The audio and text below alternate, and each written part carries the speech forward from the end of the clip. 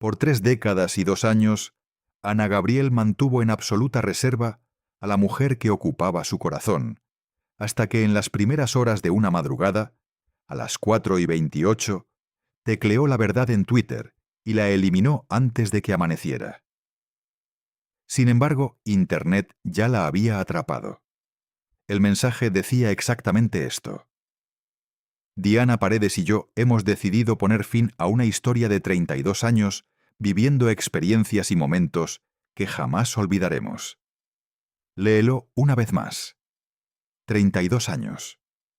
Un vínculo clandestino de 3 décadas enteras, confesado en apenas 70 caracteres y suprimido instantes después, como si fuera posible borrar una verdad una vez que ha escapado al mundo. Diana Paredes no era su representante. No era una amiga de la infancia, no era socia en algún negocio, ni pariente lejana, ni ninguna figura que el público reconociera. Era la mujer con quien Ana Gabriel había compartido su cama durante 32 años sin interrupción. Eso no lo difundió ningún chisme. Lo escribió ella misma y jamás lo desmintió. Y era también, y este es el dato que nadie ha narrado en su totalidad, la madre biológica de su hija. Lo que acabas de escuchar es apenas la entrada de lo que vas a descubrir hoy. Conocerás la historia íntegra de quién es realmente Diana Verónica Paredes y de cómo ambas construyeron una familia en la penumbra durante 3 décadas enteras. Comprenderás por qué Ana Gabriel nunca pudo concebir hijos propios. Una condición médica que la devastó internamente durante años y que la condujo a una de las resoluciones más insólitas de su existencia. Sabrás quién fue la actriz célebre para quien, según los periodistas mejor informados del medio, escribió simplemente amigos. ¿Y por qué esa mujer le respondió que no cuando Ana Gabriel le propuso dejar de ocultarse? Conocerás lo que ocurrió entre 2006 y 2016. Una década en la que perdió a su padre, a su hermana, a su madre y a su mejor amigo, uno tras otro, sin margen para respirar entre una muerte y la siguiente, sin espacio para elaborar un duelo antes de que llegara el siguiente. Y verás el instante preciso en que cumplió una promesa que les había hecho a sus padres años atrás, cuando ellos ya llevaban tiempo bajo tierra y no podían presenciar su cumplimiento. Te avisaré cuando llegue cada una de estas revelaciones. No te las perderás, pero primero necesitas entender de dónde surgió esta mujer. Si te gusta este contenido, suscríbete para no perderte ninguna historia oculta. Porque lo que le hicieron antes de alcanzar la fama, las puertas que le cerraron, las humillaciones que soportó, lo que le propusieron en las oficinas de las disqueras, lo explica absolutamente todo. Guamúchil, un pueblo enclavado en el corazón de Sinaloa, donde el calor aplasta durante el día y las noches son tan cerradas que las estrellas parecen precipitarse del cielo. Un lugar donde las oportunidades escasean y los sueños ambiciosos se observan con recelo, donde la gente nace, crece, trabaja la tierra y muere sin haber visto nada más allá del pueblo de al lado. Allí nació María Guadalupe Araujo Young, el 10 de diciembre de 1955. Era la novena de 10 hermanos, casi invisible dentro de una familia tan numerosa, en una casa donde había que alzar la voz para que te oyeran, donde había que disputar cada fragmento de atención, cada plato de comida, cada instante en que alguien te mirara a los ojos.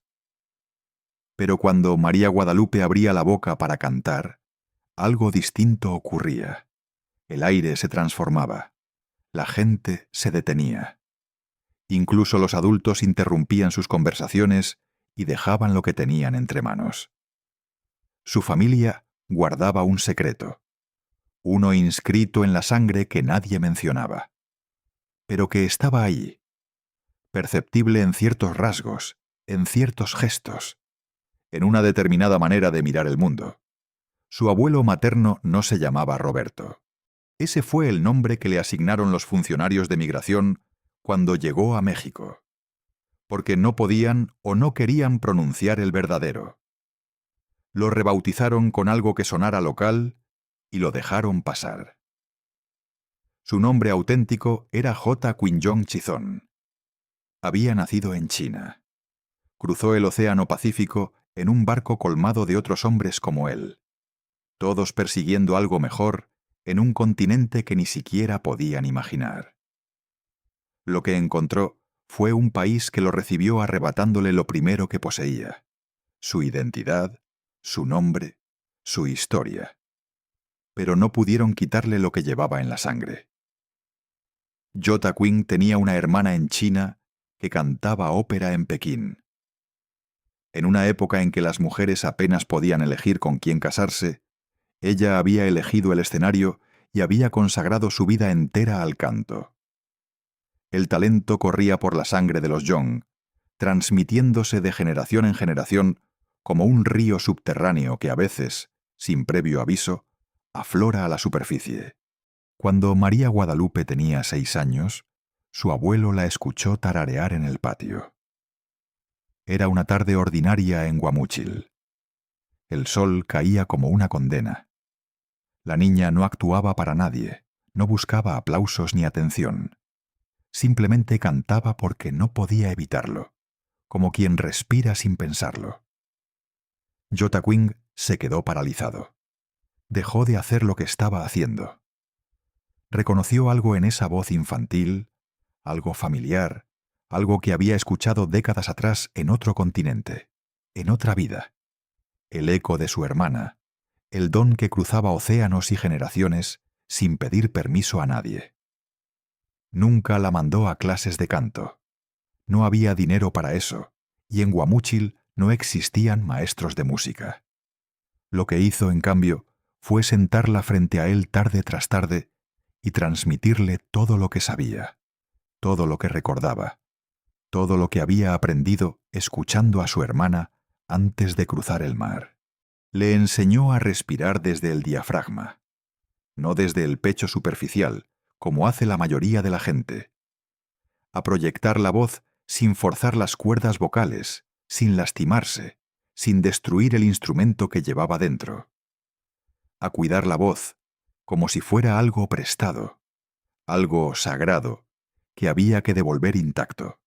Le transmitió técnicas que probablemente provenían de la tradición operística china, conocimientos que habían viajado desde Pekín hasta ese patio polvoriento de Sinaloa, sin que ninguno de los dos supiera exactamente de dónde venían ni cuántos siglos cargaban. Y le dijo algo que ella repetiría toda su vida. En entrevistas, en conciertos, en momentos de duda, cuando el mundo parecía desmoronarse y nada tenía sentido.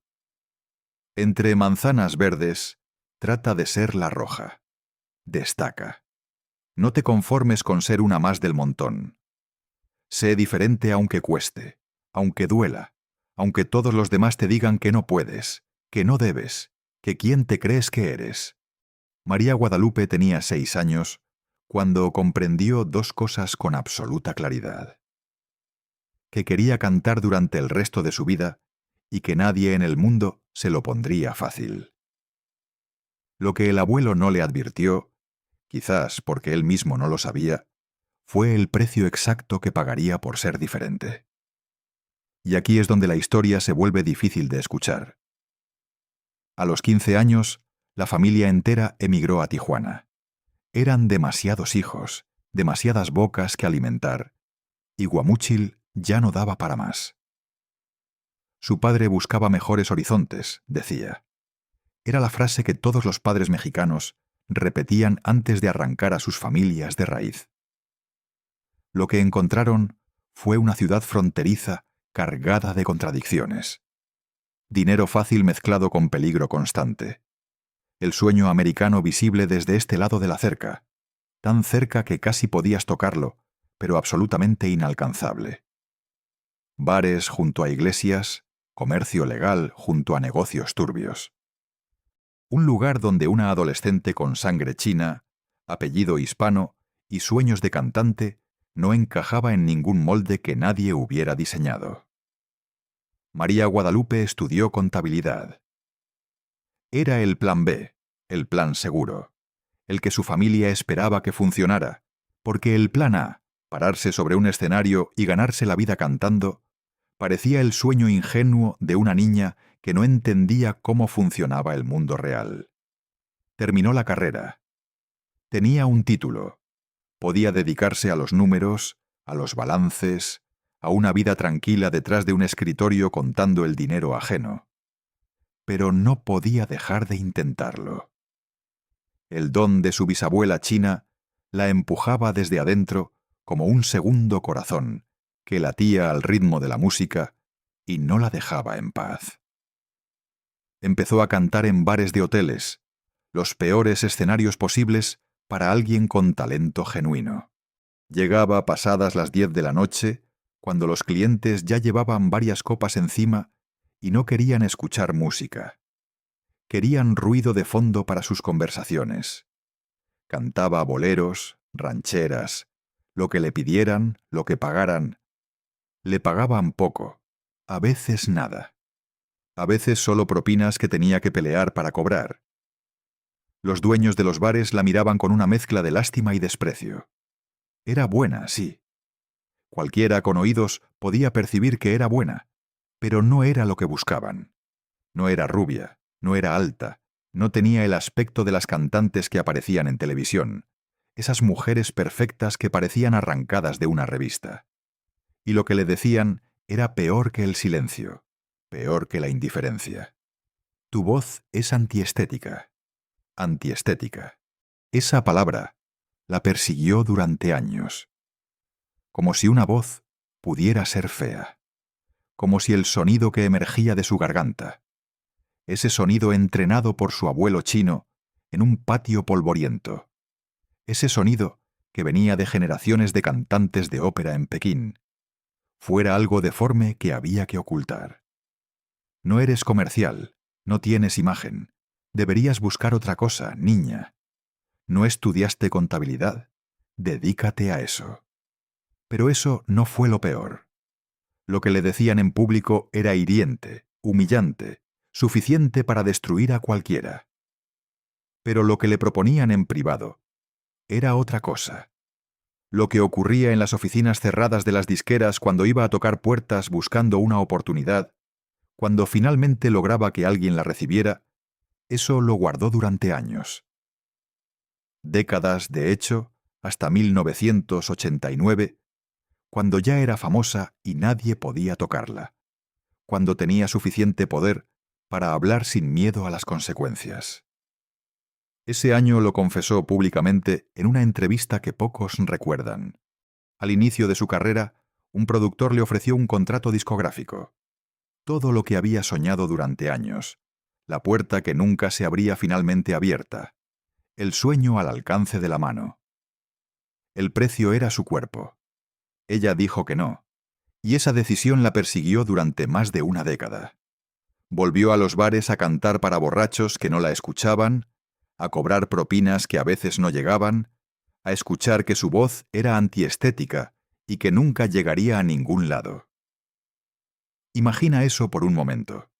Tener el talento, saberlo, sentirlo cada vez que abres la boca, y las notas salen perfectas exactamente donde tienen que estar, y que la única puerta abierta exija ese precio, y decidir que no, que preferías la miseria, la humillación, los bares de mala muerte antes que pagar con tu dignidad. Eso requiere algo que no se enseña en ninguna escuela, algo que viene de otro lugar. Tal vez de un patio en Guamúchil, tal vez de un abuelo chino que te enseñó que ser la manzana roja significa no venderte nunca. María Guadalupe se impuso un límite. Un año más. Si en ese tiempo no ocurría nada significativo, se dedicaría a la contabilidad para siempre. Cerraría el capítulo de la música, aceptaría que el sueño era imposible y seguiría adelante con su vida. Era 1974 cuando inició oficialmente su carrera. Tenía 18 años. El reloj había comenzado a correr. Pasaron 5 años de rechazos continuos, de promesas que nunca se materializaban, de puertas que se abrían solo para cerrarse en su cara. En 1979, su representante le señaló algo práctico. Necesitaba un nombre artístico. María Guadalupe Araujo no cabía en ningún cartel de concierto. Demasiado largo para los anuncios de radio. Demasiado difícil de recordar para el público casual. Demasiado complicado de pronunciar para las audiencias de otros países donde ella soñaba con triunfar. Barajaron opciones durante semanas, probaron combinaciones, descartaron docenas que sonaban artificiales o que ya estaban registradas. Al final eligió a Ana Gabriel. ¿Por qué Gabriel? Por Juan Gabriel, el divo de Juárez, el hombre que había nacido en un orfanato, en la pobreza más absoluta imaginable, sin familia conocida, sin apellido, sin absolutamente nada excepto su voz. Y había conquistado México entero. Había llenado el Palacio de Bellas Artes. Había hecho llorar a millones con canciones que escribía de madrugada. Juan Gabriel era la prueba viviente de que se podía venir de la nada más absoluta y terminar siendo alguien que importara. María Guadalupe y Juan Gabriel no eran parientes, aunque mucha gente asumiría durante años que sí por compartir ese Gabriel en el nombre. Ni siquiera se conocían todavía cuando ella tomó prestada esa palabra, pero la tomó como un amuleto, como una promesa hecha a sí misma en silencio, como una declaración de intenciones que nadie más podía entender. Si él pudo salir de un orfanato y conquistar el mundo, yo puedo salir de Guamúchil y hacer lo mismo. Lo que no sabía en ese momento, lo que no podía saber, era que Juan Gabriel se convertiría en su mejor amigo, que le escribiría la canción que la definiría para siempre, que harían un pacto secreto bajo la luna de Nuevo México, un pacto de esos que solo hacen los amigos verdaderos, y que él moriría 4 meses después de que ella perdiera a su madre, como si el universo hubiera decidido quitarle todo lo que amaba en el mismo año. Pero faltaban años para todo eso. Faltaban más puertas cerradas, más rechazos, más noches cantando para nadie. Faltaba el momento exacto en que el mundo finalmente dijera que sí. En 1984, Ana Gabriel participó en un concurso llamado Valores Juveniles, pero no como cantante sino como compositora. Presentó una canción que ella misma había escrito. No me lastimes más. Quedó en segundo lugar. Segundo lugar después de 10 años de rechazos, después de que le dijeran que su voz era antiestética, después de que le ofrecieran contratos a cambio de su cuerpo, después de cantar para borrachos que ni siquiera la miraban. Segundo lugar era suficiente. Alguien la había notado, alguien había escuchado. Pero todavía no era el momento. Faltaban 3 años más de espera. En 1987 llegó el instante que lo cambió todo. Festival OTI Nacional, el escenario más importante de México, el lugar donde las carreras se forjaban o se destruían para siempre. Miles de cantantes habían desfilado por ahí a lo largo de los años. La inmensa mayoría habían sido olvidados al día siguiente. La canción que presentó se llamaba Hay amor. La había compuesto ella misma, como todo lo importante en su vida. Primer lugar. La niña de Guamúchil con abuelo chino y voz antiestética había ganado el concurso más grande del país. Tenía 31 años y llevaba 13 intentándolo sin rendirse ni un solo día. 13 años de puertas cerradas, de rechazos, de humillaciones, de productores que querían otra cosa, de dueños de bares que le pagaban con monedas. 13 años sin soltar el sueño, sin dejar de creer cuando nadie más creía. El abuelo Jota Quinn ya había muerto para entonces, pero donde estuviera, seguramente sabía que la manzana roja finalmente había ganado. Y entonces, sí, Entonces todo cambió de la noche a la mañana, como si alguien hubiera encendido un interruptor. Los discos empezaron a venderse por miles, luego por cientos de miles, luego por millones. Las giras se llenaban en horas, las entradas se agotaban antes de que los carteles llegaran a las calles. Las canciones entraban a las listas de popularidad y no salían durante meses, a veces años. ¿Quién como tú? Simplemente amigos, evidencias, Luna. Es demasiado tarde. Una tras otra, convirtiéndose en himnos que la gente cantaba en las fiestas, en las bodas, en los velorios, en los momentos más importantes de sus vidas. 7 números 1 en Hot Latin Songs. 20 canciones en el top 10. Más de 40 millones de discos vendidos en todo el mundo. La artista femenina mexicana más vendida de todos los tiempos. Una cifra que nadie ha igualado desde entonces. La llamaban la Luna de América, la diva, la voz más poderosa del continente hispanohablante, la que hacía llorar a millones con una sola nota bien colocada. La niña que cantaba para su abuelo chino en un patio polvoriento de Guamúchil había conquistado todo un continente. Había llegado. Pero no a la vida que quería, porque había algo que la audiencia no veía. Un secreto que cargaba cada vez que bajaba del escenario.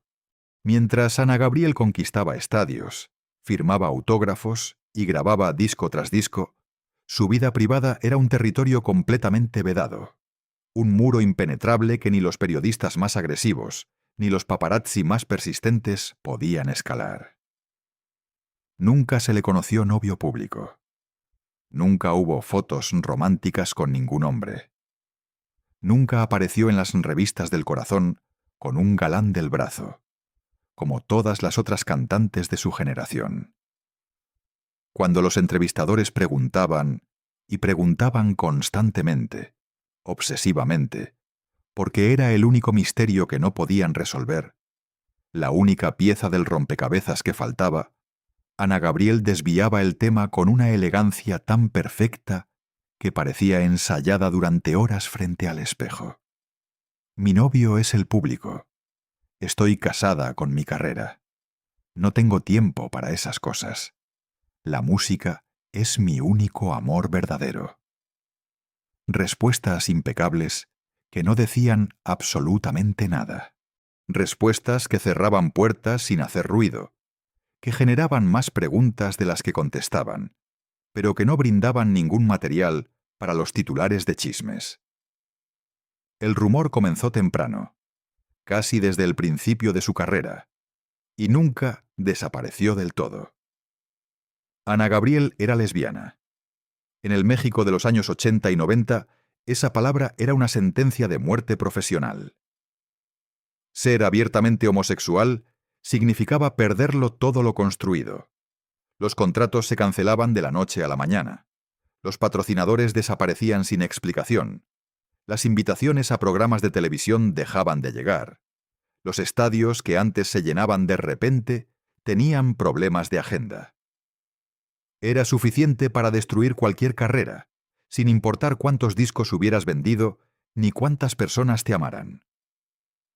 Ella no lo confirmaba nunca. Tampoco lo negaba directamente. Navegaba ese silencio peligroso como quien atraviesa un campo minado en la oscuridad, midiendo cada paso, calculando cada palabra. Lo que sí hacía, lo único que podía hacer sin destruirse, era cantar canciones que, si las escuchabas con verdadera atención, decían exactamente lo que ella no podía decir en ninguna entrevista. ¿Cuánto daría por gritarles nuestro amor, decirles que al cerrar la puerta nos amamos sin control, que despertamos abrazados con ganas de seguir amándonos? Pero es que en realidad no aceptan nuestro amor. Simplemente Amigos salió en 1988. Se convirtió en un éxito masivo de inmediato. La cantaban en bodas, en quinceañeras, en serenatas bajo balcones.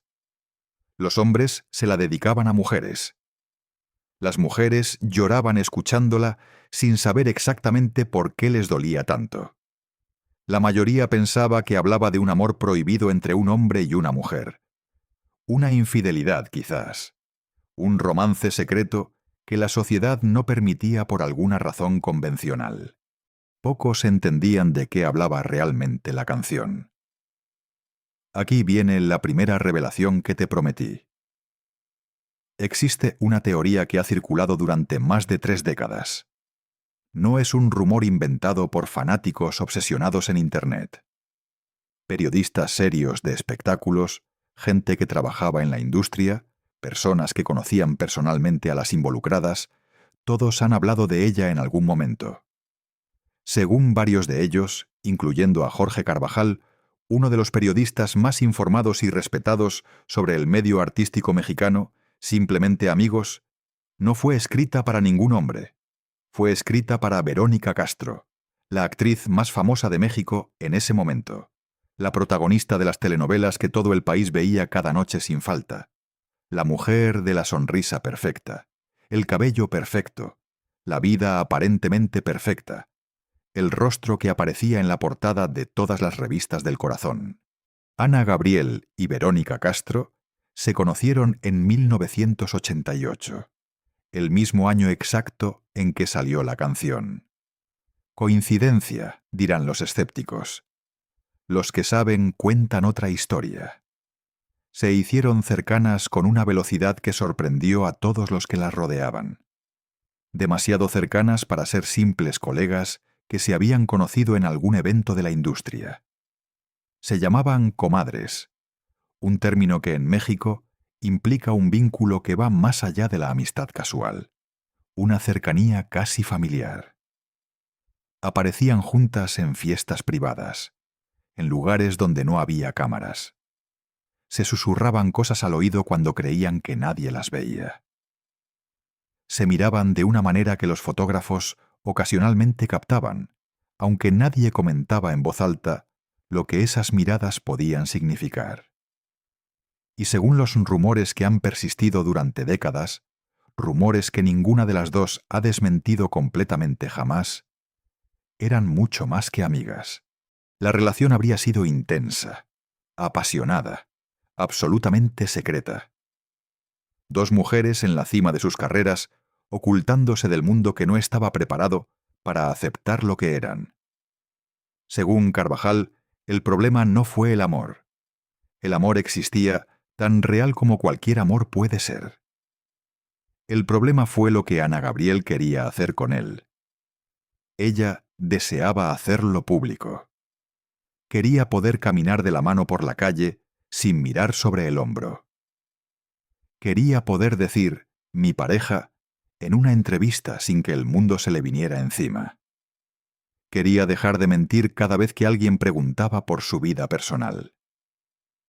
Quería, como decía su propia canción, poder gritar su amor. Verónica Castro no quería lo mismo. Verónica tenía demasiado que perder. Las críticas que destruirían la imagen de mujer perfecta que había construido durante años. Los contratos millonarios de telenovelas que desaparecerían si el rumor se confirmaba. La carrera que había sido su vida entera y, sobre todo, su hijo Cristian Castro, que en ese entonces era un niño pequeño que no entendía nada de estas cosas, pero que inevitablemente pagaría las consecuencias de cualquier escándalo público. En el México de los años 80, salir del closet equivalía a un suicidio profesional. No había términos medios, no había manera de decir «es mi vida privada». Significaba perderlo absolutamente todo. Verónica eligió no arriesgarse. Eligió su carrera, eligió la seguridad de su hijo, eligió el silencio. Así que cuando Ana Gabriel le propuso salir del closet juntas, dejar de esconderse, ser honestas con el mundo, vivir su verdad sin importar el precio, Verónica dijo que no. Y Ana Gabriel hizo lo único que sabía hacer con ese dolor que no cabía dentro de su cuerpo. Lo convirtió en música. Escribió una canción en la que le suplicaba exactamente lo que Verónica se negaba a darle. ¿Cuánto daría por gritarles nuestro amor? Una súplica disfrazada de balada romántica, un ruego escondido en un hit radial, una carta de amor desesperada que millones de personas cantarían sin tener la menor idea de para quién había sido escrita, ni por qué cada palabra dolía tanto. Verónica escuchó la canción. Seguramente la escuchó muchas veces. Se reconoció en cada palabra, en cada súplica, en cada nota de desesperación, y siguió diciendo que no. La relación terminó no con un escándalo público, ni con declaraciones amargas a la prensa. Simplemente se apagó en silencio, como se apagan las cosas que no pueden respirar, que no tienen permiso de existir bajo la luz del día. Nunca se reconciliaron del todo. Tras la ruptura, no se las volvió a ver juntas en ningún evento público. Las pocas veces que algún periodista valiente lograba preguntarle a una sobre la otra, las respuestas eran monosílabos incómodos, cambios de tema abruptos, silencios que decían más que cualquier confesión. Décadas de mutismo entre dos mujeres que alguna vez lo habían sido todo la una para la otra. En 2024, casi 40 años después de haberse conocido, le preguntaron a Ana Gabriel directamente en un concierto si la canción había sido escrita para Verónica Castro. Dijo que no había sido escrita para ninguna persona en particular, que era para su público. Tal vez era verdad. Tal vez, después de 40 años de guardar el secreto, la mentira se había convertido en la única versión que podía decir en voz alta. Lo que sí es verdad, lo que nadie puede negar, es que Ana Gabriel pasó décadas enteras cantando canciones de amor sin poder decir públicamente a quién amaba. Imagina subir a un escenario noche tras noche, cantar sobre amor, sobre pasión, sobre entrega total, sentir cada palabra en el pecho, recibir los aplausos de miles de personas que no tienen idea de que cada palabra es real, de que estás cantando tu propia vida disfrazada de ficción, y luego bajar del escenario y seguir mintiendo. Quizás tú también conoces esa sensación. Guardar algo tan grande que te pesa en el pecho cada vez que respiras. Algo que no puedes decir aunque te esté destruyendo por dentro.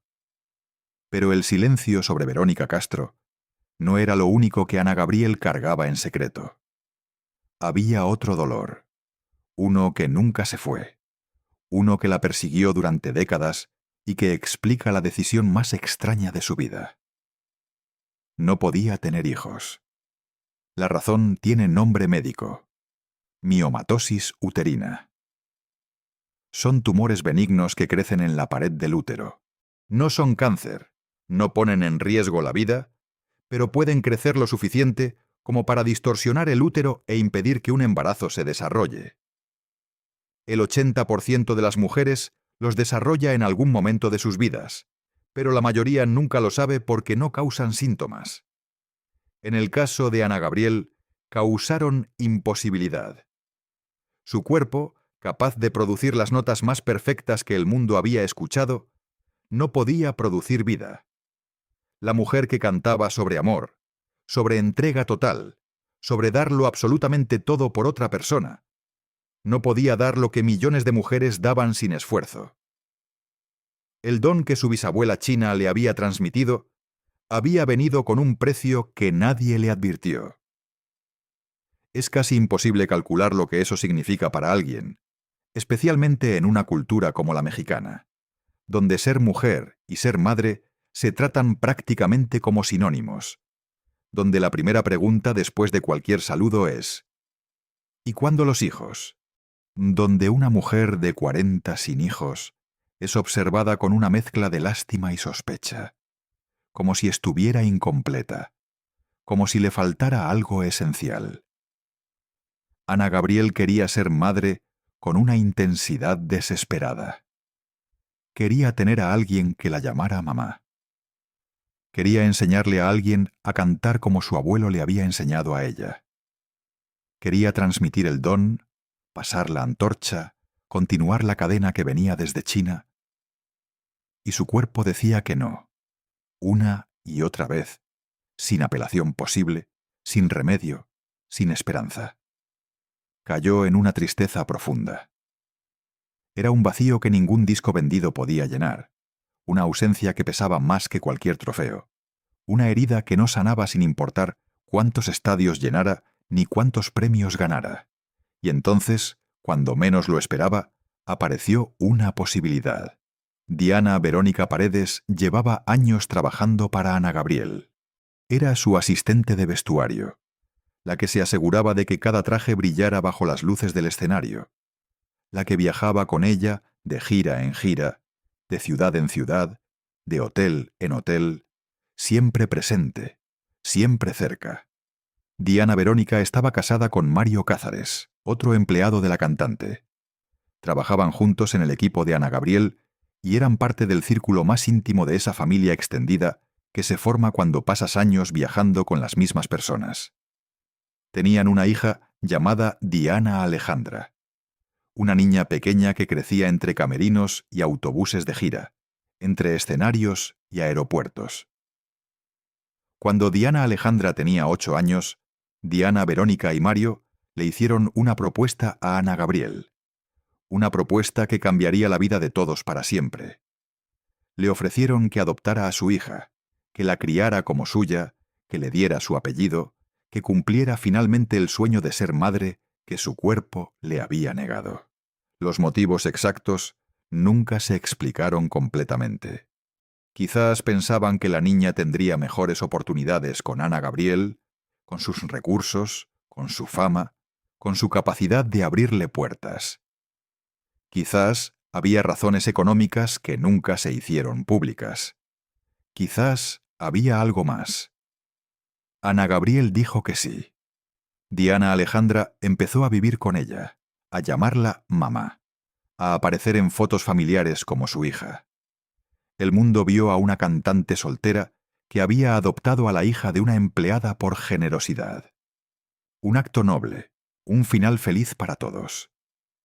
Lo que el mundo no vio es lo que viene ahora. Aquí viene la segunda revelación. Diana Verónica Paredes no era solo la empleada que le cedió a su hija. Era la pareja de Ana Gabriel. Durante 32 años completos, más de 3 décadas enteras, Diana Verónica y Ana Gabriel vivieron juntas como pareja. Compartieron casa, compartieron cama, compartieron la crianza de Diana Alejandra desde que la niña tenía 8 años. Eran una familia en absolutamente todo, menos en lo público. Y para que nadie lo notara, tuvieron que mentir mejor que nadie. El mundo veía a una cantante famosa y soltera, con una hija adoptiva y una asistente de vestuario extraordinariamente leal. Una empleada que siempre estaba cerca, que viajaba en todas las giras, que aparecía en todas las fotos del backstage. ¡Qué dedicación! ¡Qué lealtad! ¡Qué suerte tener una asistente así! Lo que el mundo no veía era que esa asistente y esa cantante compartían habitación en cada hotel, que desayunaban juntas todas las mañanas, que discutían sobre cosas pequeñas como cualquier pareja que lleva décadas junta, que se reconciliaban, que celebraban aniversarios que nadie más conocía, y que la madre biológica de Diana Alejandra era al mismo tiempo la pareja de su madre adoptiva. Era una arquitectura perfectamente diseñada, de secretos dentro de secretos. Diana Verónica podía estar siempre presente en las giras interminables, en las fotos de cumpleaños, en las navidades, en los momentos importantes y en los mundanos, sin que nadie en el mundo exterior sospechara nada. Era la empleada de confianza, era la madre biológica que generosamente había cedido a su hija porque quería lo mejor para ella. Era todo lo que necesitaba ser para que nadie hiciera más preguntas. Y Diana Alejandra creció en medio de ese laberinto de mentiras necesarias, con 2 madres que no podían llamarse mamás frente a las cámaras, con una familia que tenía que transformarse en otra cosa cada vez que había periodistas cerca. aprendiendo desde niña que hay cosas que no se dicen, que hay verdades que se guardan, que el amor a veces tiene que esconderse para sobrevivir. 32 años sin poder publicar una foto de aniversario en redes sociales, sin poder decir «mi pareja» en una entrevista cuando le preguntaban si estaba sola, sin poder tomar la mano de alguien en un estreno de película, en una alfombra roja, en una ceremonia de premios donde todo el mundo la aplaudía. La voz más poderosa de América Latina, condenada al silencio absoluto sobre lo más importante de su propia vida, hasta que una madrugada de mayo de 2022, a las 4:28, en un momento de vulnerabilidad, de hartazgo o de simple agotamiento, tras tantos años de fingir, lo soltó todo en un mensaje de 70 caracteres, y luego trató de borrarlo como si se pudiera borrar la verdad una vez que ha salido. El 16 de noviembre de 2019, Diana Alejandra se casó con Miguel Coronel en San Miguel de Allende, una de las ciudades más hermosas de México, para una boda de ensueño. 200 invitados, un salón decorado con flores blancas, Gloria Trevi entre los asistentes junto con la actriz Daniela Castro, y docenas de otros rostros conocidos del espectáculo mexicano. Diana Alejandra usó un vestido blanco de corte clásico, velo largo, un ramo de flores naturales que parecía sacado de un cuento de hadas. Ana Gabriel cantó el Ave María durante la ceremonia religiosa. Su voz, esa voz que había llenado estadios durante décadas, resonó en la iglesia mientras su hija caminaba hacia el altar para casarse con el hombre que amaba. Uno de esos momentos que solo ocurren una vez en la vida. Y cuando los periodistas le preguntaron después por la boda, por la familia, por cómo se sentía, Ana Gabriel dijo algo que muy pocos notaron en ese momento.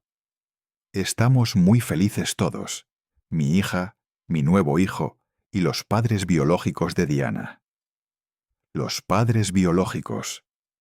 Ahí estaban, Diana Verónica y Mario en primera fila, viendo casarse a la hija que habían cedido más de 2 décadas antes, la hija que había crecido con Ana Gabriel y con Diana Verónica al mismo tiempo, la hija que sabía desde niña la verdad que el resto del mundo ignoraba. Una familia completa celebrando junta, y casi nadie entendía realmente qué significaban esos lazos. Una familia que nunca pudo llamarse familia en público. Pero antes de ese momento de alegría, Ana Gabriel tuvo que atravesar la peor década de su vida. Y esto es lo más duro de todo lo que vas a escuchar hoy.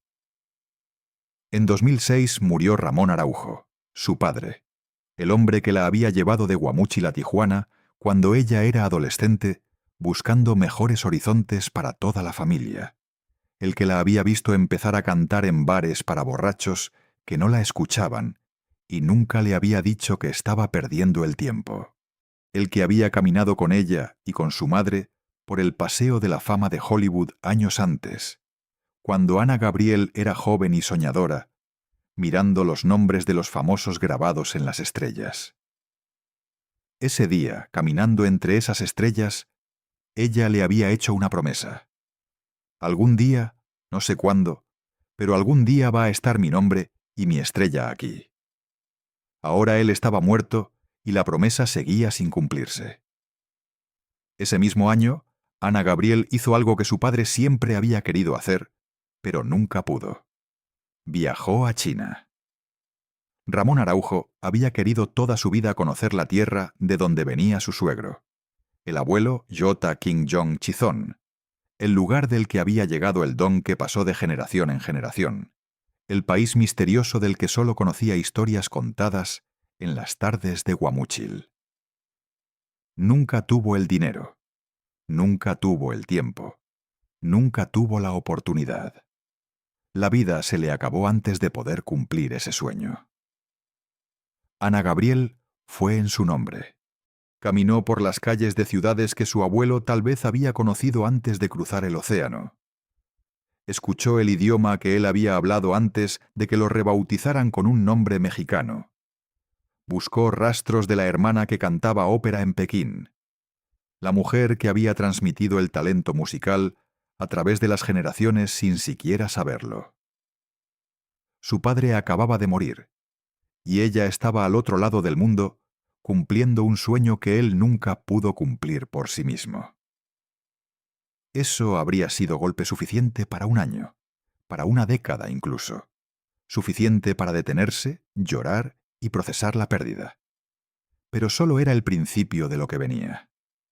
Al año siguiente, en julio de 2007, murió Marta Laura, su hermana, de cáncer de colon.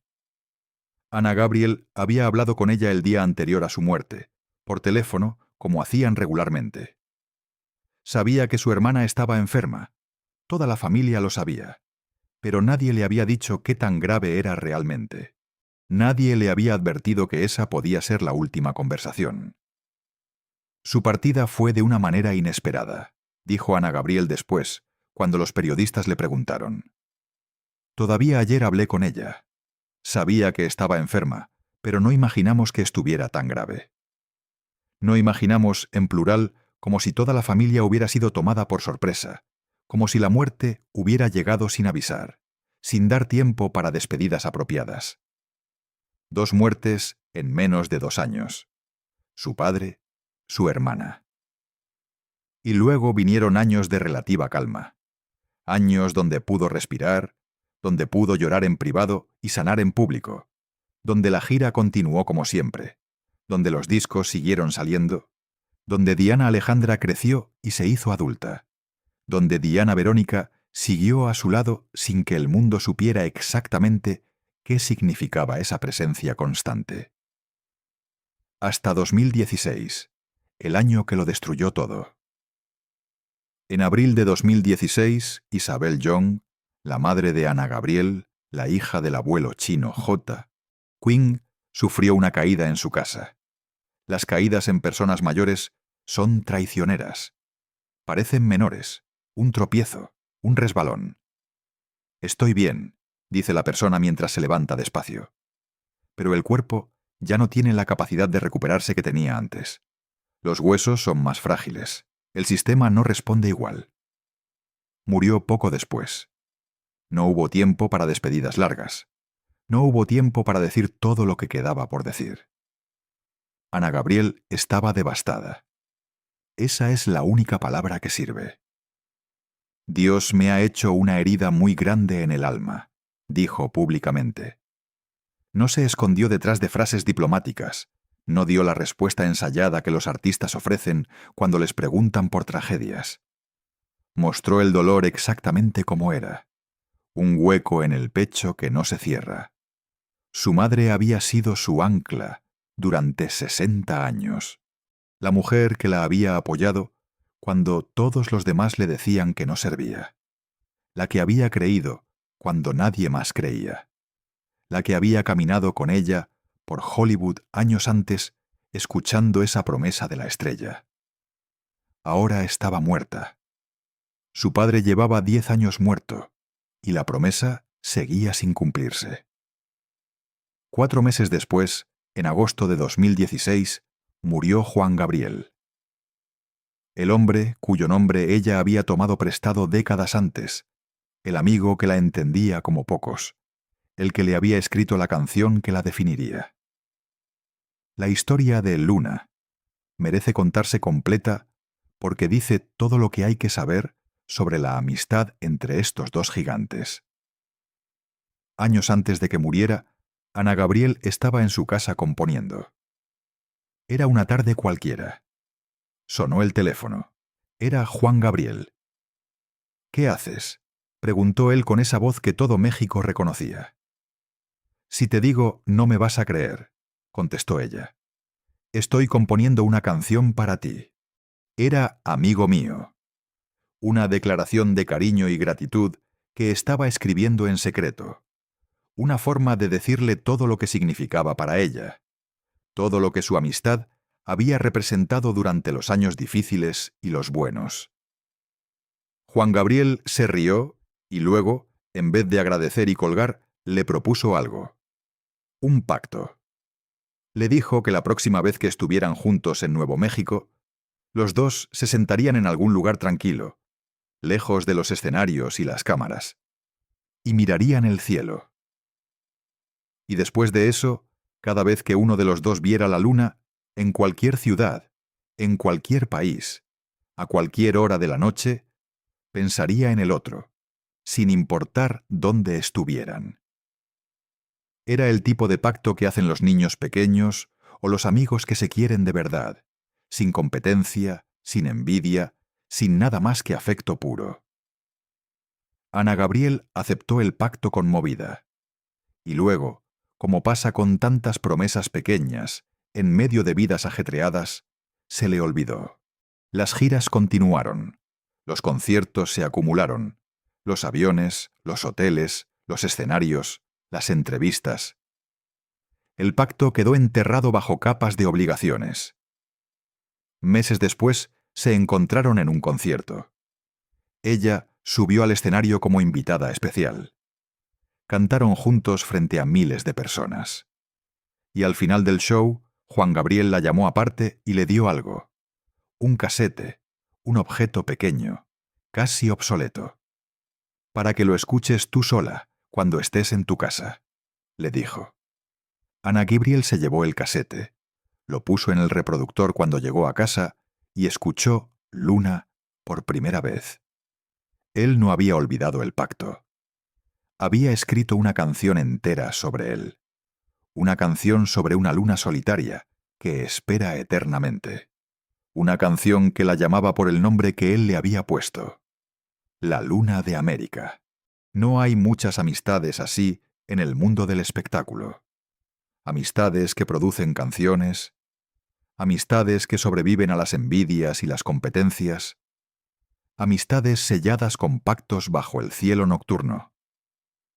Y ahora él estaba muerto, 4 meses después de que muriera su madre, como si el universo hubiera decidido quitarle todo en el mismo año. En menos de 10 años, Ana Gabriel había perdido a su padre, a su hermana, a su madre y a su mejor amigo. 4 pilares de su vida derrumbados uno tras otro. 4 personas que la habían conocido antes de la fama, que la querían por quién era y no por lo que representaba. La mujer que había vendido 40 millones de discos estaba más sola que nunca. O eso parecía desde afuera, porque todavía tenía a Diana Verónica, todavía tenía a su hija, todavía tenía esa familia secreta que el mundo no conocía. Hasta 2022, cuando esa familia también se rompió con un tuit de madrugada. Después del mensaje borrado, vinieron meses de silencio. Diana Verónica desapareció del mapa público. 32 años de vida quedaron reducidos a 70 caracteres escritos a las 4:28 de la mañana. Y entonces pasó algo que nadie esperaba. Ana Gabriel encontró a alguien más. Se llamaba Silvana Rojas, psicóloga peruana, aproximadamente 30 años menor que Ana Gabriel. Se conocieron de la manera más improbable posible.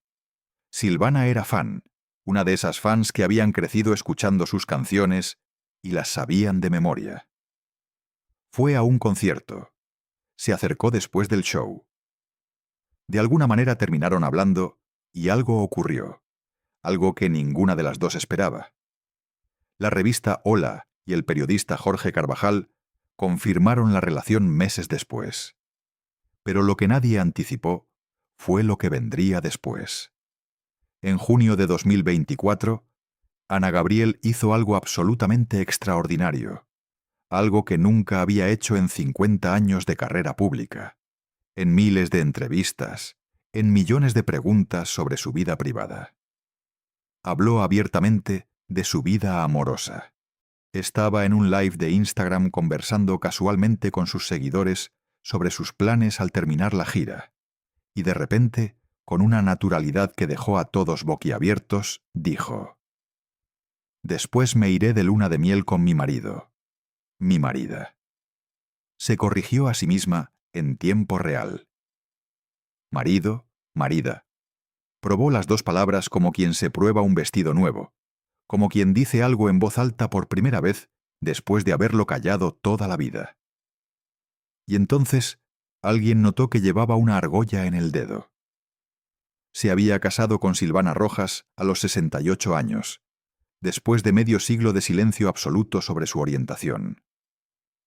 Después de perder a Diana Verónica, a sus padres, a su hermana, a Juan Gabriel, finalmente podía decir mi esposa, en público, sin que el mundo se le viniera encima.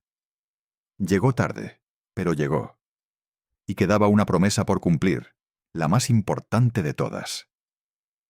El 3 de noviembre de 2021, Ana Gabriel caminó por el Paseo de la Fama de Hollywood. Esta vez no iba como turista mirando los nombres de otros. Esta vez no caminaba con sus padres, que ya llevaban años bajo tierra. Esta vez iba a develar la estrella número 2707, la suya. Había periodistas, había fans que habían viajado desde México, desde Colombia, desde Chile solo para estar ahí. Había cámaras y micrófonos y gente gritando su nombre. Habló en inglés primero para quienes no la conocían, luego en español para los millones que sí. Agradeció a su familia, la que quedaba viva, a sus fans, a México, a Colombia, a todos los países de habla hispana que la habían adoptado, y mencionó a los inmigrantes, a todos los que habían cruzado fronteras buscando algo mejor, como su abuelo Jota Quing había cruzado el Pacífico 100 años antes. Y entonces, con la voz visiblemente quebrada, contó la historia que había guardado durante décadas. Hace muchos años caminé por aquí con mis padres. Caminamos mirando las estrellas, leyendo los nombres, y les dije algo. Les dije, algún día, no sé cuándo, pero algún día va a estar mi nombre y mi estrella aquí. Tuvo que hacer una pausa. Se le llenaron los ojos de agua. Hoy, esa promesa que le hice a mis padres se está haciendo realidad. La voz más poderosa de América se quebró completamente. No pudo seguir hablando por unos segundos. Era la primera artista de Sinaloa en recibir ese honor. La niña del pueblo, donde nadie llegaba a ningún lado, tenía ahora su nombre grabado en bronce. Pero sus padres no estaban ahí para verlo. Su madre llevaba 5 años muerta. Su padre, 15. Su hermana, 14. Juan Gabriel, 5. Había cumplido la promesa. Pero las personas a quienes se la había hecho ya no existían en este mundo. Eso es lo que nadie cuenta de los triunfos que llegan tarde. Finalmente llegan después de décadas de espera, pero llegan solos. Y cuando miras a tu alrededor, buscando a alguien con quien celebrar, encuentras fantasmas, encuentras ausencias, encuentras el eco de las voces que ya no pueden contestar. Tal vez tú también sabes lo que es eso. Llegar a un lugar que siempre quisiste alcanzar y descubrir que ya no hay nadie esperándote. Hoy, Ana Gabriel tiene 69 años. Sigue de gira. Su voz ya no es exactamente la misma. 50 años de uso constante dejan marca en cualquier instrumento. Pero sus conciertos se siguen llenando. Las mujeres que la escuchaban de jóvenes ahora llevan a sus hijas, y esas hijas llevan a sus propias hijas. 3 generaciones cantando las mismas canciones. En 2025, Billboard la nombró leyenda viviente en los premios Latin Women in Music, un reconocimiento más en una lista que ya no cabe en ninguna pared. Vive en una mansión en Miami con Silvana. Compone cuando quiere, descansa cuando puede. Por primera vez en casi 70 años, puede hablar de a quien ama sin mirar sobre su hombro. Diana Alejandra sigue casada con Miguel. Es chef, no cantante. Eligió deliberadamente una vida alejada de los secretos. Diana Verónica Paredes desapareció después del tuit. 32 años de su vida quedaron reducidos a un mensaje borrado de madrugada. Nadie sabe dónde está. Y Verónica Castro nunca confirmó ni negó los rumores sobre simplemente amigos. A estas alturas, probablemente ninguna de las dos hable nunca. Ana Gabriel construyó un imperio musical cantando sobre amor. 40 millones de discos vendidos en todo el mundo. 7 números 1 en las listas. Una estrella en Hollywood.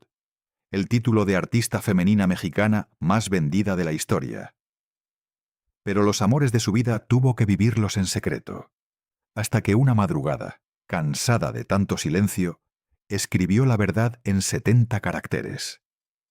Lo borró antes del amanecer, pero el secreto ya estaba afuera. Y cuando conoces su historia completa, sus canciones ya no vuelven a sonar igual. Ahora tú lo sabes. Si esta historia te movió algo por dentro, hay más esperando. La Luna de América cantó millones de canciones de amor. La mayoría fueron sobre personas que no podía nombrar, sobre amores que no podía confesar, sobre una vida que no pudo vivir en voz alta, hasta que una madrugada de mayo, el silencio finalmente se rompió. Eso es todo.